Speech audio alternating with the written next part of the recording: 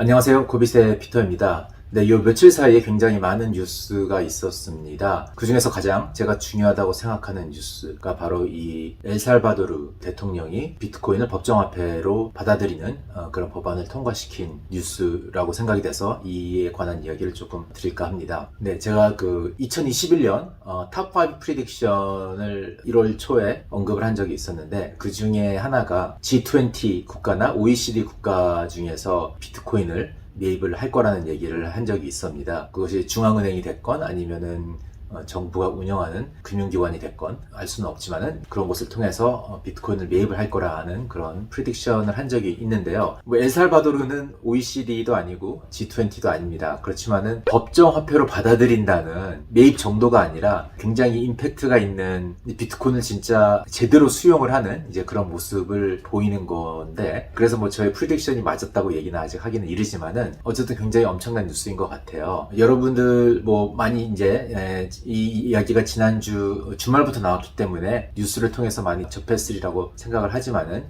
간단하게 다시 리캡을 말씀을 드리면은 마이애미 컨퍼런스에서 엘살바도르 나이브 부켈레 대통령이 영상을 통해서 비트코인을 법정화폐로 받아들이는 법안을 추진할 거라는 발표를 했고요. 그 발표가 나온 지 불과 일주일도 되지 않아서 국회에서 이에 승인이 됐습니다. 그리고 어저께 승인이 된 지 하루도 지나지 않아서 트위터 스페이스라고 이제 클럽하우스를 이제 벤치마킹해서 만들어진 서비스인데, 여기에 참가를 해서 또 대화를 나누는 도중에 여러 가지 재밌는 얘기가 많이 나왔어요. 법정화폐로 받아들이는 것뿐만이 아니라 크립토 기업가들을 유치를 하기 위해서 우호적인 정책을 내놓겠다는 얘기도 하고, 근데 제가 봤을 때 제일 재미있었던 내용은 그 자리에서 즉석에서 지열 에너지를 사용을 해서 비트코인 마이닝이 가능하게끔 하겠다라는 취지의 발언을 했습니다. 엘살바도르라는 나라는 이제 화산이 굉장히 많다고 합니다. 그래서 지열 발전소를 나라에서 운영하는 지열 발전소가 있는데, 나라 자체가 굉장히 작은 나라이기 때문에 그 에너지를 다 소모를 못하고 있는데, 그런 에너지원을 사용을 해서 비트코인을 채굴을 할 수 있도록 장려를 하겠다는 그런 아이디어를 즉석에서 혼자 이제 생각을 하다가 발표를 하게 된 거죠. 그래서 그 말이 떨어지기가 무섭게 그 지열 에너지 발전소인 라지오 SB라는 회사, 비트코인용으로 이 에너지를 더 만들어낼 걸 지시했다고 합니다. 엄청나게 추진력이 있는 분 같아요. 이 부켈레 대통령이라는 분은. 이분에 대해서 간단하게 말씀을 드리면 되게 젊죠. 81년생이고 기업가 출신이고 원래 정치인 출신이 아니기 때문에 이제 고질적으로 그 여야 간의 갈등이 컸던 나라인데, 이제 중도적인 입장에서 많은 사람이 지지를 얻고 대통령이 됐고, 그래서 국회에서도 이분이 이끄는 당이 3분의 2 이상을 차지하고 있기 때문에 엄청나게 추진력이 지금 있는 그런 상황입니다. 물론 이번에 비트코인을 법정화폐로 만드는 이 안에 대해서 좀 우려하는 목소리도 있고 반대하는 의견들도 많이 있다고는 합니다. 뭐 이게 정치적인 이유에서 하고 있다고 이렇게 비판하는 분들도 많고요. 저는 뭐 엘살바도르의 정치 상황을 전문가가 아니기 때문에 진실은 뭔지는 모르겠지만은 어쨌든 중요한 거는 모티베이션이 뭐였던 간에 한 국가가 비트코인을 법정화폐로 받아들임으로 인해서 엄청나게 스테이터스가 올라가는 그런 사건이라고 생각이 됩니다. 그리고 이 뉴스가 중요한 이유는 이러한 트렌드가 여기서 끝나지 않을 수 있다는 거죠. 엘살바도르라는 나라 자체는 굉장히 작은 나라이기 때문에 이게 뭐 중요하냐 이렇게 말씀하시는 분들도 있을 수 있습니다. 그렇지만은 물론 엘살바도르 한 인구는 600만 명밖에 안 되니까 서울 인구도 안 돼요. 그리고 뭐 세계 경제에서 그렇게 차지하는 위치도 크지 않고 오랫동안 경제적으로 혼란했기 때문에 많은 어려움이 있는 국가이긴 합니다.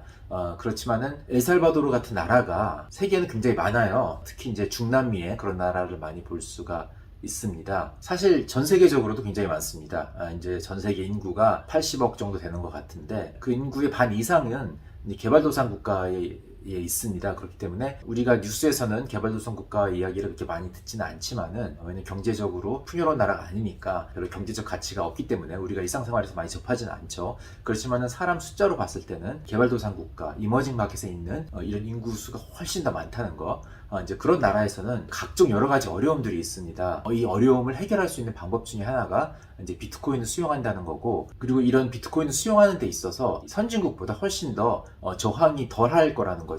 왜냐하면 선진국에서는 이미 잘 운영되고 있는 금융 시스템이나 화폐 시스템이 있기 때문에 그런 걸 대체할 수 있는 대체 화폐 시스템, 대체 금융 시스템에 대해서 별 필요성을 많이 못 느끼고, 그런 게 아무리 효율적이다 하더라도 엄청나게 큰 저항이 있겠죠. 이 개발도상 국가에서는 기존의 시스템이 너무나 허접하고 제대로 작동을 안 하고 있기 때문에 정치적으로도 굉장히 더 수용하기가 쉬울 것입니다. 이런 개발도상 국가들 공통점들이 다 있어요. 물론 경제적으로 어렵다는 거 외에도 또 정치적으로 불안정하기 때문에 그런 건데, 그렇기 때문에 화폐 시스템이 굉장히 불안정하죠. 그런 나라들이 한 가지 탈출구로서 모색하는 것 중에 하나가 소위 말하는 달러라이제이션입니다. 뭐냐면은 자국의 통화를 US 달러화 시키는 거죠. 그 방법은 뭐 여러 가지가 있는데, 그냥 커런시 보드라는 거를 운영을 하면서 그냥 자국의 통화를 명목상은 유지는 하되 US 달러랑 고정시키는 겁니다. 패깅 시키는 거죠. 이제 이런 나라가 꽤 있고요. 중동에도 있습니다. 뭐 사우디 같은 나라 패깅을 시킨 상태인 거고, 홍콩 같은 경우도 사실 US 달러에 패깅이 되어 있습니다. 한 7.8 정도의 비율로 패깅이 되어 있는데, 이제 홍콩도 굉장히 80년대 초에 경제적으로 혼란한 시기가 있었기 때문에 그때 도입을 한 화폐 시스템이 지금까지 유지가 되고 있는 거죠. 그런데 이런 어떤 달러라이제이션, 그리고 이제 엘살바도르나 에콰도르나 다른 나라에서는 아예 그냥 US 달러를 그냥 사용하는 경우가 있습니다. 이런 뭐 어떤 형태이든 간에 이런 달러라이제이션이 가져오는 리스크도 있어요. 뭐냐면은 자국의 그 통화 정책의 주권을 상실하는 거기 때문에, 왜냐면은 자국의 형편에 맞춰서 통화 정책을 피는 게 아니고 그냥 미국의 통화 정책을 그대로 갖다 쓰는 거기 때문에 자국 상황과 맞지 않는 그런 상황이 펼쳐지면 엄청난 피해가 올 수가 있는 거죠. 그렇지만 뭐 이런 여러 가지 장단점을 고려를 해서 장점이 더 많다고 생각해서 할 수 없이 이제 달러라이제이션을 도입을 하는 건데, 어차피 통화 정책의 주권을 상실하는 거라면은 지금처럼 US 달러가 엄청나게 프린팅되는 상황에서는 무분별한 그런 통화 발행의 리스크를 제거해주는 다른 통화 시스템이 있다면은 그거를 받아들일 수 있는 그런 인센티브는 굉장히 커지는 겁니다. 그래서 비트코인 같은 경우는 어느 한 나라에 의해서, 어떤 한 주체에 의해서 마음대로 통화 정책이 컨트롤이 안 되니까 그런 어떤 달러라이제이션이 가져다주는 부가적인 리스크를 해결해주는 솔루션이 될 수 있는 거죠. 또 몇 가지 더 추가로 더 있습니다. 이러한 개발도상 국가들의 특징 중에 하나가 또 해외 노동자를 많이 해외로 보낸다는 거예요. 이거는 뭐 정부가 주도해서 보내는 경우도 있겠지만 대부분 스스로 나가죠. 왜냐하면 자국의 경제가 불안정하기 때문에 돈을 벌 수 있는 기회가 굉장히 한정돼 있고, 이러한 해외 노동자들, 뭐 우리나라에도 많습니다. 주로 동남아나 인도나 파키스탄 이런 데서 많이 오기도 하는데, 이제 중남미 같은 경우에는 대부분의 많은 사람들이 미국으로 잡을 찾아서 그쪽으로 이동을 하죠. 이런 사람들이 자국으로 보내는 송금, 리미턴스가 엄청나게 큽니다. 이 엘살바도르 같은 경우에는 그 나라 GDP 한 20%가 해외 노동자들이 송금하는 거에 의해서 구성이 되어 있다고 합니다. 필리핀 같은 나라도 그런 굉장히 큰 부분을 차지하는 나라 중에 하나고요. 이런 나라들은 송금이라는 게 굉장히 중요한 경제의 한 부분을 차지하는데, 송금을 하면서 거의 반 정도가 그 중간 상인들에 의해서 수수료로 떼어진다고 합니다. 그러면 이건 국가 차원에서 봤을 때도 엄청난 손실인 거죠. 이제 그런 상황에서는 비트코인 같이 중개인이 없이 송금이 가능한 화폐 시스템 은 굉장히 매력적으로 다가올 수가 있겠죠. 마지막으로 이제 이러한 개발도상 국가들의 특징 중에 하나는 은행 시스템이 굉장히 허접하기 때문에 실제로 은행 계좌를 갖고 있는 사람들이 굉장히 적습니다. 엘살바도르 같은 경우에는 인구의 70%가 은행 계좌가 없다고 합니다. 그런데 재미있는 것은 스마트폰 보급률은 1인당 1.5개라고 해요. 그러니까 이런 상황에서는 스마트폰을 활용을 해서 금융 시스템에 참여를 할 수가 있다면은 훨씬 더 그게 효율적인 거죠. 그래서 이런 여러 가지 통화 정책인 면에서 봤을 때나 아니면은 경제 구조상 이제 해외 노동자가 많은 경우, 또 이제 파이낸셜 시스템이 높지 않은 경우, 이런 경우를 고려해 봤을 때 이제 비트코인이라는 굉장히 신뢰할 수 있는 이 모네터리 네트워크를 수용할 정치적인 그 인센티브는 굉장히 큰 상황이라고 할 수 있겠습니다. 그래서 이게 아마 이 엘살바도르에서 멈추지 않고 다른 개발도상 국가들에 확산될 수 있는 가능성이 커졌다고 보고요. 여태껏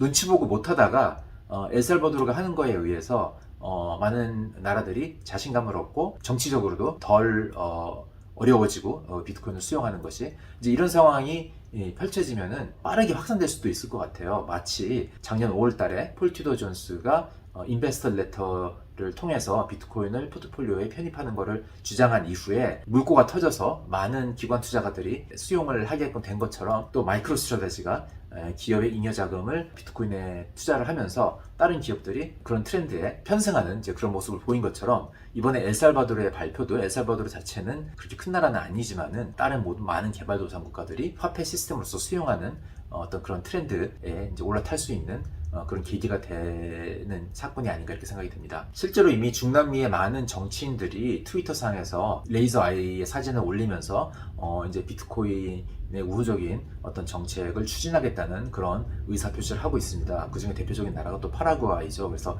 파라과이의 한 정치인이 크립토 산업을 자국에서 키우기 위해서 여러 가지 정책을 내놓겠다고 얘기를 했고, 파라과이 같은 경우에는 수력 발전소가 굉장히 많다고 합니다. 그래서 그거를 사용을 해서 이제 비트코인 채굴자들을 많이 유치를 하겠다는 뭐 그런 취지의 내용도 얘기를 하고 있습니다. 실제로 이게 지금 중국의 채굴자들이 해외로 이주하려고 여러 가지 방법을 물색하고 있는 시기와 맞물려 가지고 중국의 채굴자들이 대거 이 남미 쪽으로 이주할 수 있는 어떤 이런 계기도 좀 마련이 된 것 같습니다. 그래서 이런 식으로 이제 비트코인이 많이 중남미나 뭐 다른 개발도상국가에서 수용이 되면은 뭐 엄청나게 호재라고 저는 생각이 되고요. 어떤 사람이 또 이런 계산도 했더라고요. 중남미에 있는 나라들의 외환 보유가 한 $1 trillion 정도 되는데, 그 외환 보유의 한 10%만 비트코인에 투자가 된다 하더라도 지금 현재 비트코인 시가총액의 한 15%에서 20% 정도 될 것이다. 그래서 그것이 엄청난 긍정적인 효과를 가져올 거다라는 계산을 한 사람도 있습니다. 네, 어쨌든 그래서 이번 주에 뭐 여러 가지 다양한 뭐 중국에서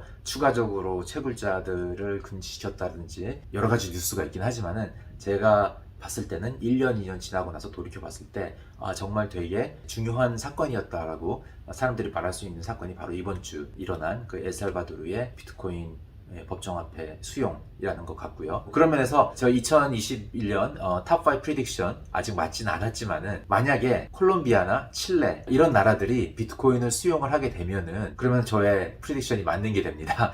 왜냐하면은 이 두 나라가 OECD 37개 국가 중에 포함되어 있더라고요. 저도 몰랐는데. 네, 어쨌든 그래서 저는 이 뉴스를 굉장히 좀 예의주시하면서 모니터링할 계획입니다. 네, 오늘 여기까지입니다.